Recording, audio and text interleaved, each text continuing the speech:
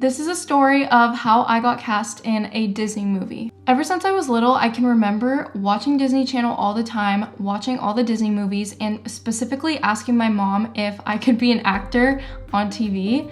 She said no, but that dream never left. If you would have told me when I was little that I was gonna be in a Disney movie, I would have never believed you.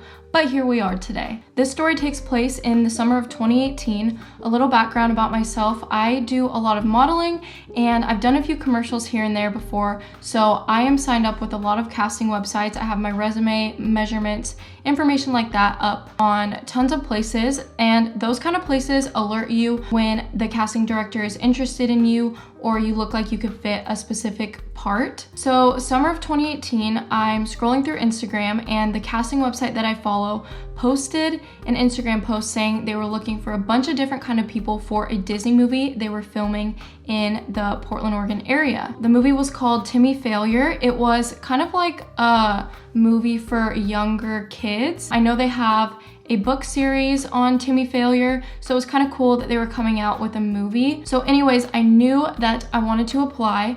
So of course, I filled out all my information, and being the person I am, I can't just tell one person about this. So I actually told my boyfriend Tony, you need to apply right now for this Disney movie that's filming in Portland. He said he would get to it later, and that wasn't good enough for me, so I went and applied for him, filled out all his information, same exact stuff, and sent it off. My best friend Jordan is also part of the same casting websites, and she gets tons of extra work, so I knew that she already probably knew about the movie, and I asked her and she did apply as well. So there was 3 of us waiting and hoping that we would get a call back to get in the movie. Every time I apply for things like commercials, movies, modeling jobs, anything, it's hard to get it out of my system. I have to talk about it and just like kind of like daydream about, well, it would be so cool if I got that job. But I knew for this one, I didn't want to be too let down if I didn't get it. So I tried to not think about it too much, but come on, this is a Disney movie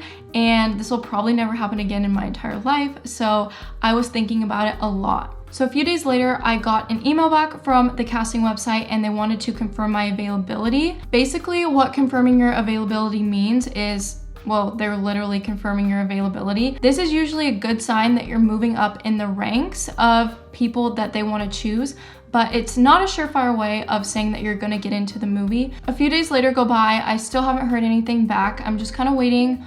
Whatever. My friend Jordan texted me saying that she got an email that was like a bigger email, basically like really confirming her availability. They're asking for more information from her. I think if I remember, it was like more pictures, measurements, and just other things like that. And then a few hours after that happened, Tony actually got a call from the casting director asking if he would be okay with bringing his car to set and driving his car in the movie. This was really exciting because both Tony and Jordan kind of knew that they were gonna get into the movie. Obviously, if they're asking you these kinds of questions, you're really high up in the ranks of them wanting to pick you. But then there was me, and I was still waiting. Never got an email, never heard a call. I was getting very anxious. I'm the kind of person who is very like, get stuff done, and kind of gets nervous if I have to wait around or things are taking extra time, because both of my friends just got a call, but I'm just sitting here like, hello? I decided to take it upon myself to solve this issue. I had my friend Jordan email me the information that they emailed her. I filled out all that information and I sent it off. But the catch is they didn't even ask me for that information, so it's a little risky to be sending additional information to the casting people when they haven't even asked you for it, but sometimes you need to be a little pushy. So I sent in my information and I waited. So a couple more days went by, still waiting, haven't heard anything. Neither have Jordan or Tony. I'm just kind of sitting here like, I don't know if this is gonna happen for me, but if it's meant to be, it's meant to be. So it's the night before the date that they were wanting us to be available for. If you have any experience in this industry, you know how last minute these people are. Casting people are doing so many things so last minute. So there's a really good chance you might end up hearing that you got cast for a job the night before or even the morning of. It being the night before the shoot date, I was very anxious, hoping that at least one of us at this point would get into the movie because I knew that would be such a cool experience. Then if I remember correctly, it was around 8 p.m. All three of us got an email. I was the first one to notice that we got the email. So I opened up my email and it was the call sheet and I was literally so happy. Like, my plan worked for just sending them information they didn't even ask for. I was so excited that I saw my name on that call sheet and my call time was right there. I also looked down the list and I saw that Jordan and Tony were both on there as well. Tony got cast for a different part, but Jordan and I were in the same section, so we had the same exact call time and we were both cast as businesswomen. Now you're probably sitting at home thinking, Sam, why are you excited to be a literal extra in a Disney movie? Well, because it's a Disney movie. I don't care if they literally casted me as a tree. I would be so excited. Jordan and I knew that we were going to be background extras so that there was a really good shot that we would actually make it into the movie, which I will get to. Since Jordan and I had the same call time, we decided it would be easier if we carpooled together. Tony actually ended up having a later call time because his was kind of like a night shoot, so he ended up showing up a little bit later than Jordan and I. A lot of what being an extra in a movie is a lot of hurry up and wait. When we got there at about like 2 or 3 p.m., we knew that this time was gonna be filled with waiting and we probably wouldn't start shooting until like 4 hours later or something. When we arrived, we got in the shuttle bus and they shuttled us down through some streets in Portland. The doubles for the main stars were in the shuttle bus with us and we had to drop them off in their little area with their fancy trailers. So it was really cool to drive by the trailers and see where all the stars are and where they get their hair and makeup and wardrobe done. But they usually keep extras separate for bigger films like this. So all the extras had their own area in this old bank in Portland. We actually went down in the bottom like basement part of the bank where they had hair and makeup and wardrobe set up, which was so exciting. The first thing they had us do was sign some papers. You have to do this because obviously you're getting paid, so there's tax forms and all that. And then they put us straight to hair and makeup. I love when other people do my hair and makeup. It's probably one of my favorite things. Then after that, I got sent over to wardrobe. And for this movie, they actually asked us to bring some of our own clothing pieces, which was nice because I would rather be wearing my own clothes. Lucky for me, they did like the outfit I came in. I only had to change my skirt. But waiting down with all the extras isn't as boring as it seems because there's something called crafties, which is basically food they provide all the extras and actors on set. They brought in loads of snacks. I was not complaining. There was like candy, every snack you could imagine. So pretty much for like 4 hours, you're just sitting down there eating, waiting, and talking to people. Not too bad because you're getting paid. After about 3 hours, I think it was, we finally got called to go shoot. The scene that Jordan and I were in was outside in one of the streets. So they had all the extras kind of get in a clump together on the side of the road before we started filming. They paired us up next to people they thought we would look good with. And I was standing next to Jordan, not trying to act too suspicious because they didn't know we were friends.